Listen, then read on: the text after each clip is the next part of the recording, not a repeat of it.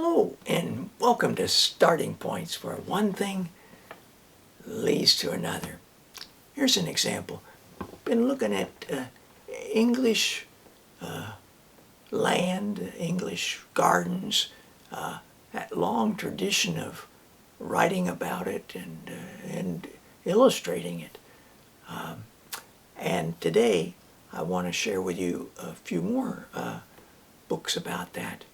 I want to start with one of my favorite poems about a garden, and it comes from the book called Peacock Pie by Walter de la Mare, and its name, the title is A Widow's Weeds. A poor old widow in her weeds sowed her garden with wildflower seeds, not too shallow and not too deep. And down came April, drip, drip, drip. Up shone May, like gold, and soon, green as an arbor grew, leafy June.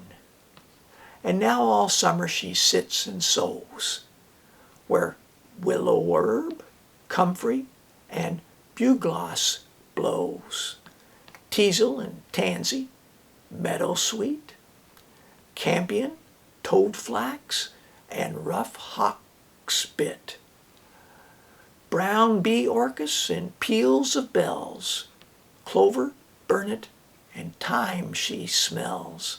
Like Oberon's meadows, her garden is, drowsy from dawn till dusk with bees. Weeps she never, but sometimes sighs, and peeps at her garden with bright brown eyes. And all she has is all she needs, a poor old widow in her weeds. When I read that poem, I thought, what simple pleasures are described here. What a alphabet of flowers are described here. What a play on the homonym of sow. She sowed her garden. She sowed while she was out there, and she was so content. After all she has is all she needs. Bit of something to think about in an age where people talk about consumerism, that she finds company from the bees. Of course, the bees love things like burgloss, which is part of the borage family, and the bees love borage and and clover and many of the things that are wildflowers. So I had to share you that poem because it's been a favorite of mine. Our Village. This book was written by a woman who was born 6 years before John Clear was born, Mary Russell Mitford. And it became an English classic. Been reprinted many times over the years. This edition's an illustrated edition. It has many wonderful paintings from the time, and I had to show you this one because husband and wife, family, and 2 children are out along the paths in the forest. Looks like they maybe picked up some sticks that they'll cut for firewood and maybe some kindling. I'm not sure, but I had to show it because of the trees and the forests that were still around the villages. Now, because she became famous as the writer of this, people wrote to her from all around, and that correspondence. She writing back and forth with various people, their questions about gardens, her answers and responses, and someone took some of that correspondence. You have to remember they were writing and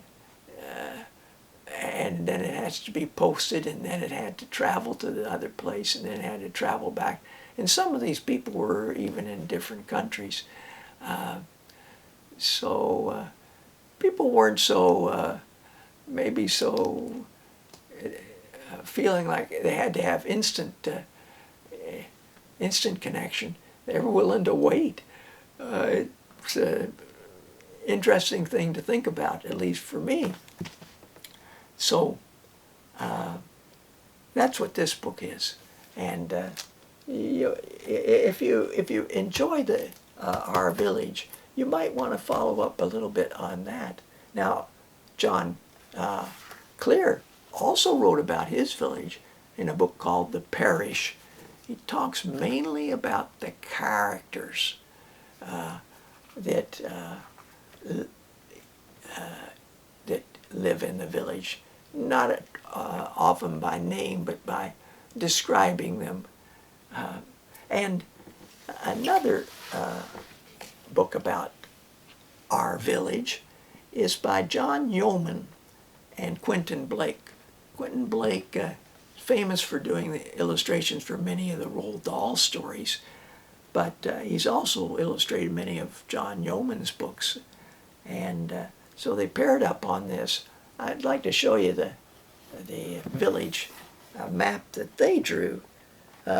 It's an imaginary map, but I think probably exemplifies the notion, the idea we have of villages, dirt pathways, dirt roads, river nearby, pond.